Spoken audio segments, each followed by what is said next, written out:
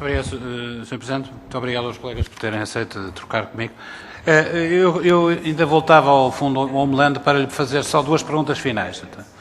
Era se nos podia transmitir aqui exatamente quando foi anunciada a liquidação e quando é que se concretizou a liquidação do fundo e, simultaneamente, para onde é que foram transferidos os ativos terrenos do Fundo Homeland.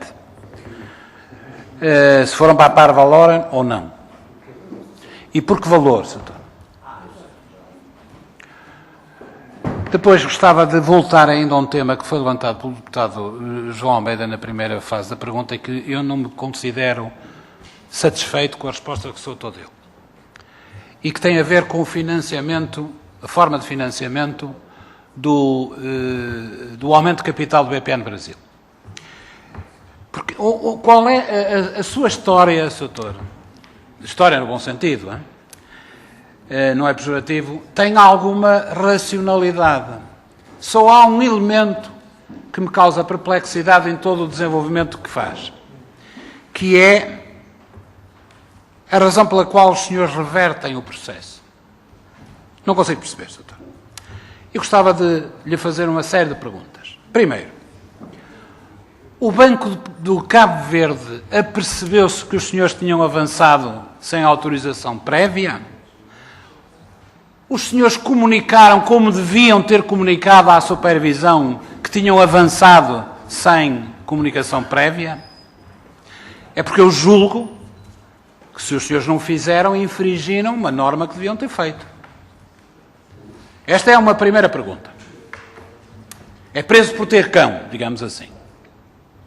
Preso? Vocês. A outra pergunta é o reverso da medalha.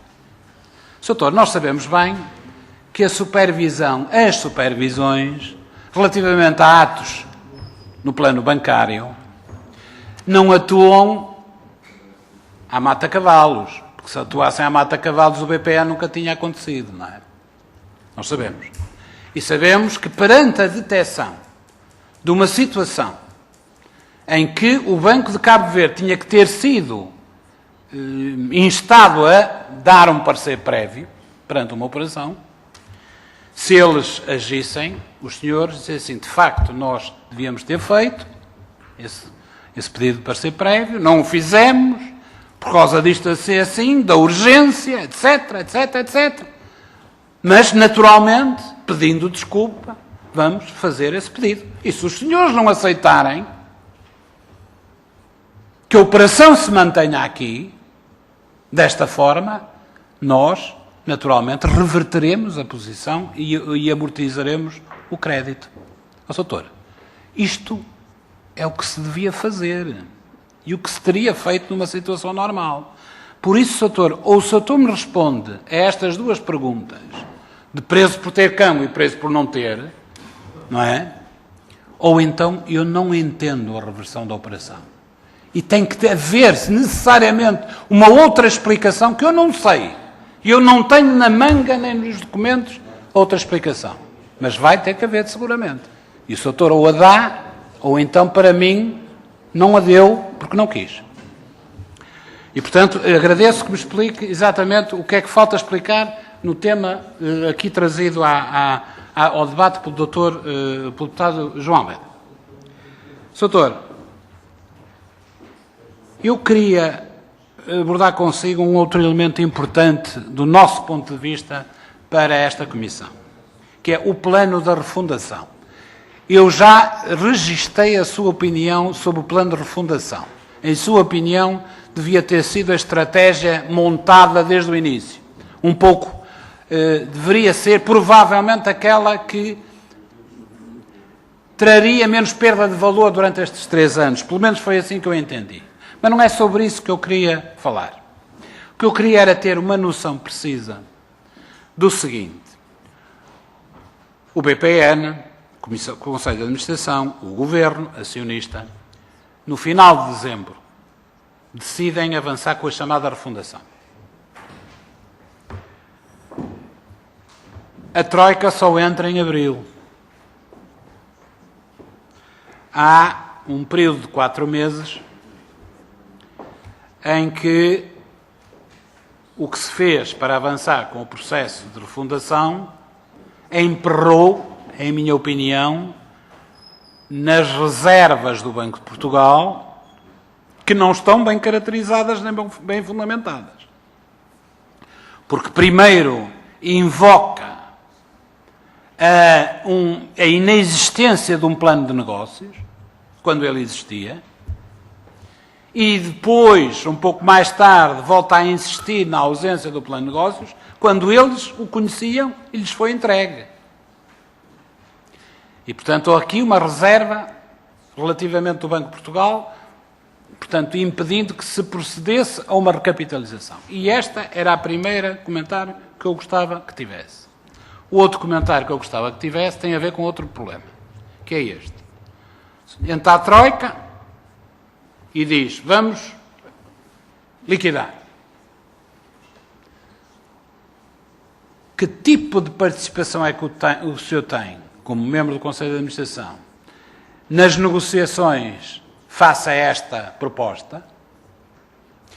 E se alguma vez teve noção de que da parte nacional, ou os negociadores do Banco Português de Negócios, ou os negociadores da Secretaria de Estado do Tesouro e Finanças, ou do Ministério das Finanças, terão alguma vez colocado em contraponto a esta proposta de liquidação uma outra proposta diferente que não fosse aquela de liquidar, de vender até 31 de julho. E que passasse pela formulação sustentada daquilo que estava em marcha desde dezembro de 2010. Isto é, aquilo que estava em marcha com a proposta de refundação. Eu queria perceber isto. Queria perceber se da parte nacional houve, de facto, uma apresentação de uma alternativa única, baseada na venda até 31 de julho, sem preço, ou se houve a apresentação de duas alternativas, esta, que acabou por ser incorporada no memorando, ou esta e a outra. E a outra era a da refundação. Sr. Doutor, é verdade que é difícil, o senhor certamente não veio preparado para aqui discutir connosco os custos futuros, mas eu vou limitar-me à observação de uma parte dos custos futuros. Nem sequer quero saber, em detalhe, neste momento, aquilo que acontecerá pelo cumprimento do contrato do Estado com o BIC e o que vai custar suplementarmente as responsabilidades assumidas com o BIC. Não é essa a componente que eu quero. Não, Sr. Doutor. O que eu quero saber é a outra componente, a componente pares. É sabido que nós temos um custo adquirido, densificado neste momento, de 2.800 milhões de euros. 2.840 e qualquer coisa milhões de euros, salvo erro. 1.800, mais 600, mais 400 e tal, não sei quanto, etc. Sr. Doutor, a verdade é que o Estado, nós todos contribuintes, temos responsabilidades assumidas perante estes veículos, através de empréstimos obrigacionistas, através de empréstimos com penhoros, via Caixa. Uns diretos, outros indiretos.